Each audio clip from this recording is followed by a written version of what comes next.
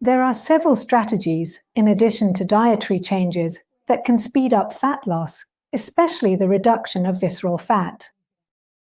The best-known interventions with the strongest scientific backing and proven results include increasing the intensity and frequency of exercise, and this is regardless of calorie restriction. Today, I'm talking to you about practices which, if taken a step further or fine-tuned, can make your goal of losing accumulated fat more effective, especially around the waist.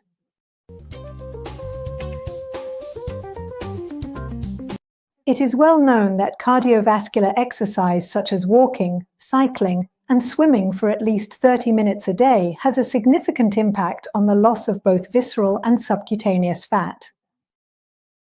However, when interval training is implemented, its effects on fat oxidation are superior compared to steady-state cardio, regardless of calorie intake. As for strength training, or weightlifting in particular, this encourages a reduction in both body fat percentage and visceral fat.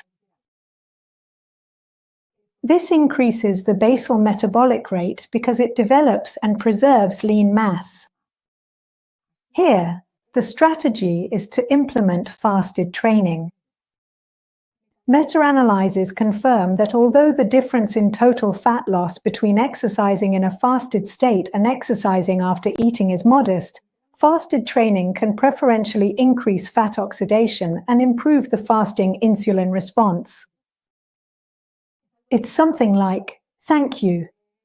When you are fasting, your body is in fat-releasing mode. However, if there is no movement, by the end of the fast, the loss of fat or excess fat is minimal. On the other hand, if you are fasting and also add another stressor, in this case, exercise, not only do you mobilize excess fat, but you also eliminate it. And speaking of fasting, you probably know about and even practice what is known as intermittent fasting, where you abstain from food for 12, 14, 16, or even 18 hours. And then you eat during a shortened period known as the feeding window.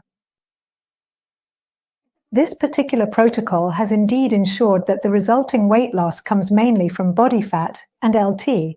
Break time equals 0.5 S and GT. However, combining intermittent fasting with consistent exercise leads to a significantly greater reduction in overall fat mass than applying either of those interventions by itself. But there's more.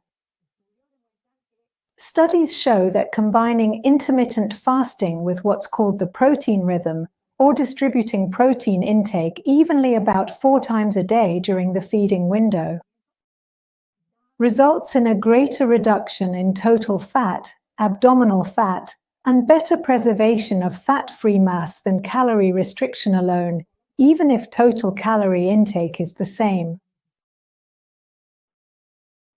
The participants in the study that found this received between 25 and 50 grams of protein per meal after fasting for at least 16 hours, and lost up to 27% of their abdominal fat in 8 weeks, nearly double the reduction compared to continuous calorie restriction. It also turns out that the benefits increase with longer fasts, such as 24 and 36 hours. This approach improves diet-induced thermogenesis, meaning you burn calories more easily. It increases satiety, maintains insulin sensitivity while fasting, and prevents the loss of lean body mass that would otherwise slow down your metabolism. If you practice intermittent fasting for 14 to even 18 hours at a time, that's perfectly fine. The key is that during your feeding windows, you focus on consuming around 40 grams of protein in each meal. Let's see how it goes for you. Now then, aside from strategies involving fasting and workouts, I also suggest maintaining proper posture.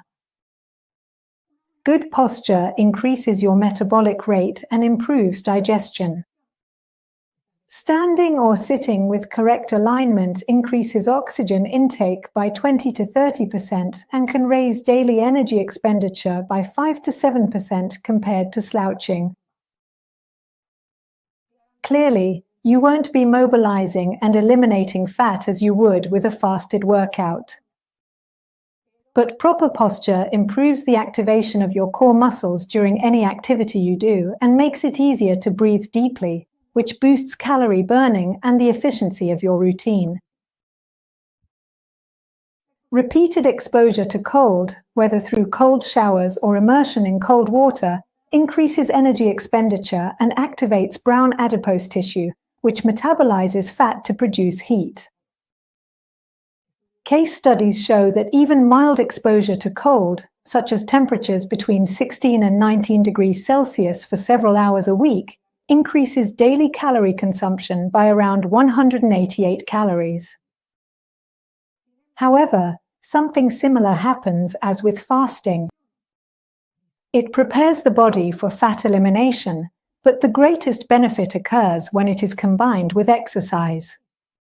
That is to say, let's say you take a cold shower for 5 or 10 minutes and then go out to do your cardio workout, such as running, for example. Two things happen. Your body makes an extra effort to warm itself up, which increases your calorie expenditure. This way, you can run for longer because it takes more time for your body to warm up and reach your exhaustion limits. In other words, it improves your metabolic adaptation. Finally, exposure to certain wavelengths of light can help modulate the hormones leptin and ghrelin, both involved in regulating appetite and energy metabolism, which could influence the rate of fat loss. Ghrelin is a hormone that stimulates hunger. It has been found that morning exposure to red and green light, but not blue, decreases ghrelin concentrations. This reduces hunger after sleep deprivation. This hormonal change could make it easier for you to maintain a calorie deficit and support your efforts to lose fat.